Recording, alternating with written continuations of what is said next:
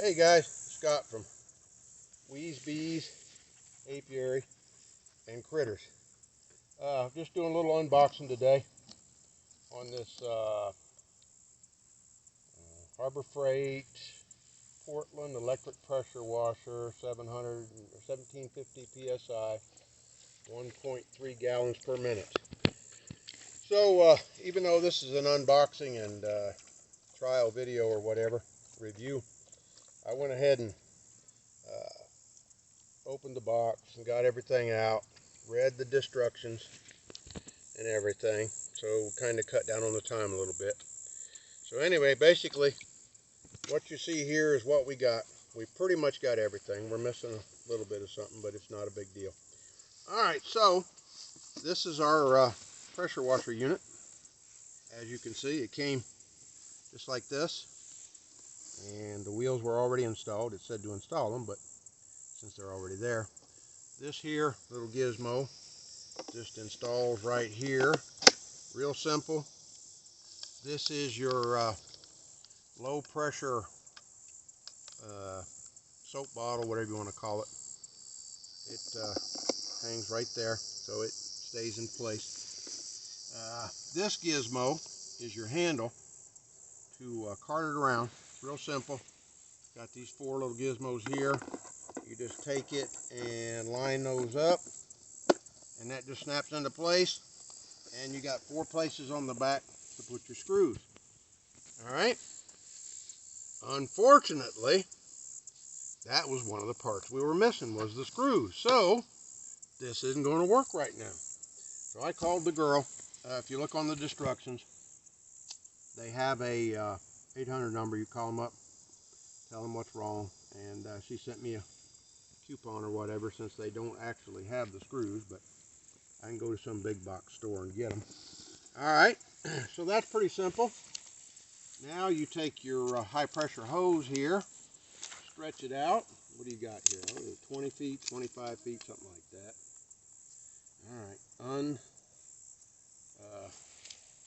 unscrew it or whatever you want to. Oops. Just kind of open it up. Then you take off your, I say you're going to take it off, but it's on there pretty good. So I just happen to have something here to fix that problem. Just take that gizmo there and pop that off. It's on there pretty good. Oh, there it goes. Okay, finally. You had it threaded on there pretty good. Alright, so you take off this. Now you just line that up in there like so. Push it on, and you should see your thread start to screw on like so. Get it good and tight. Alright.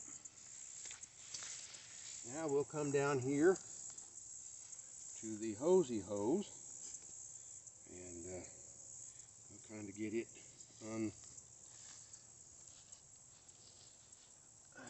unscrewed. Now you got a little gizmo here, little metal gizmo. This is your handle, and on your handle you have a safety catch so you can't squeeze the handle. Alright, so you push that, then you can squeeze the handle. Alright, on here there's a little red thing down in there. So basically what you're going to do is you're going to pop that little red thing open like so. Then you're going to plug that in up in there, and then you just close that thing on there, and it's locked. It's not going anywhere. Now you take your gizmo here, and it only goes one way like that. You plug it in, turn it. That's it. Now see, it's locked into place. You got to push down on it to take it off. There's an O-ring here that's supposed to seal it. All right, so boom, just like that. See, it's locked on there. Then you also got your adjuster here, which you can see it goes from flat to stream, whatever you need. All right. Now a lot of people on the reviews that I saw said that this doesn't really have a lot of pressure on it, so it doesn't like to stay. So whatever you think you need, this is the full jet. Then you can turn it down to flatten it out, and it'll give you more of a spray pattern. Okay, I'm going to take this thing off because I really don't like it hanging there. I'm going to put it back in the box,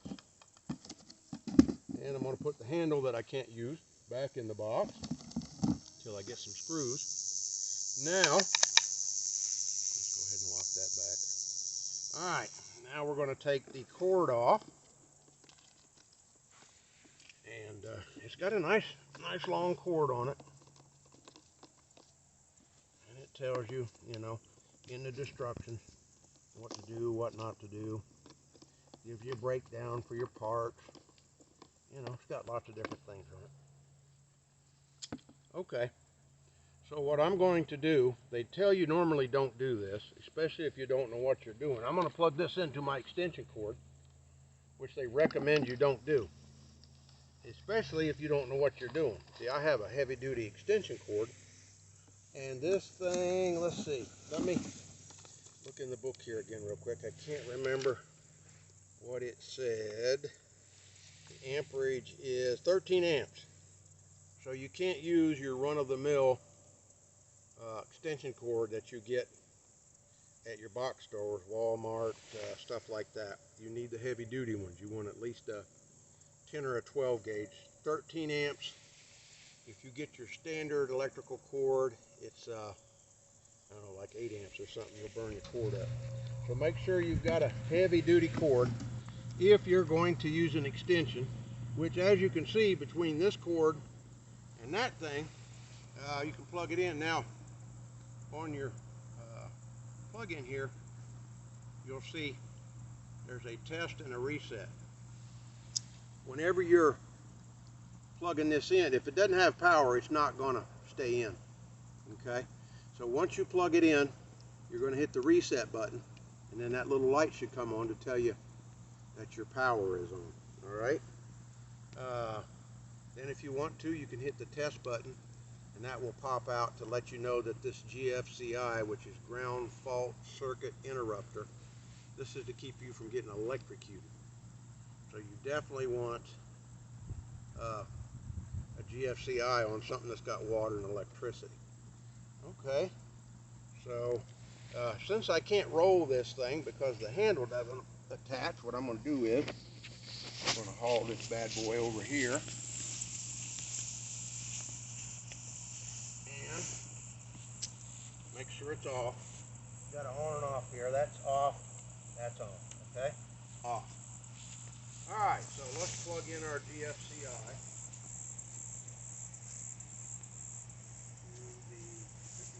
Yep, just like that. And the little red light comes on. That's good. You want to keep that away from your water. Don't get electrocuted, but it'll pop off on you. Alright, so now I need to pinch off this water. Let's see.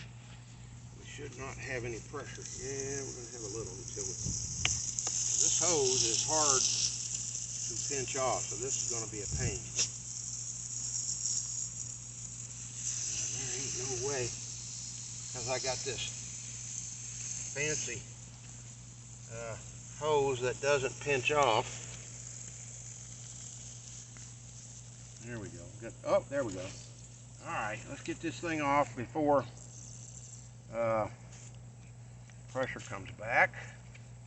All right, like so. Probably been a good idea to do this ahead of time.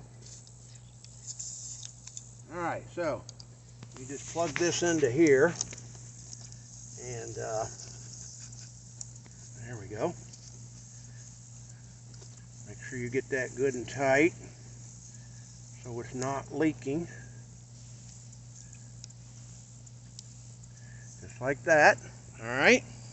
Now, I'm going to let there's a little leak there. I don't have my thing handy. Let me grab my pliers.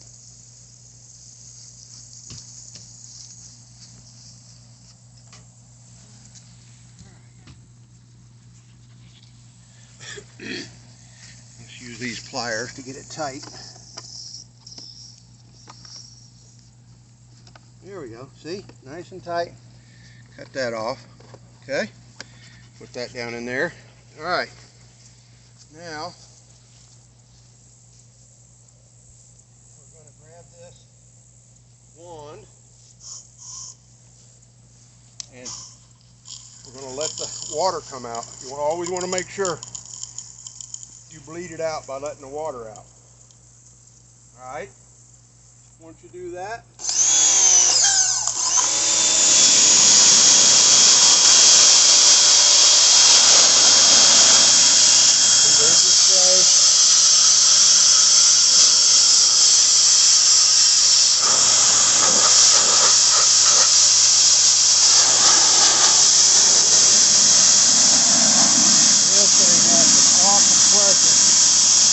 get the bird poop off of the my spray for my quail.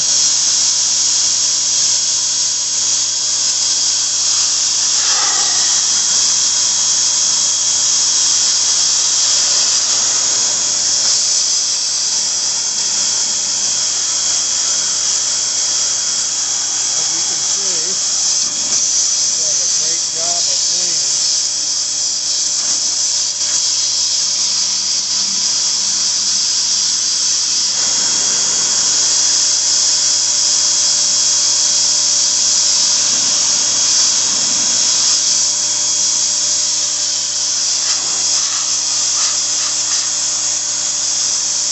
But, you know, this is just enough pressure for what we need it for. It's not some fancy 2200 PSI gizmo.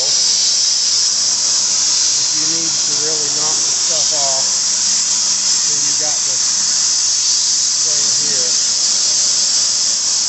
But it really does a great job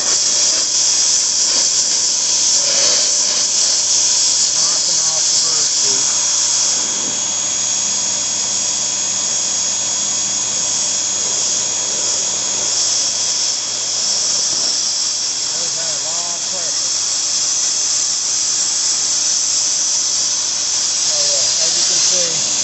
There's the wide spray. If you get it up close, it'll do a good job without all that pressure.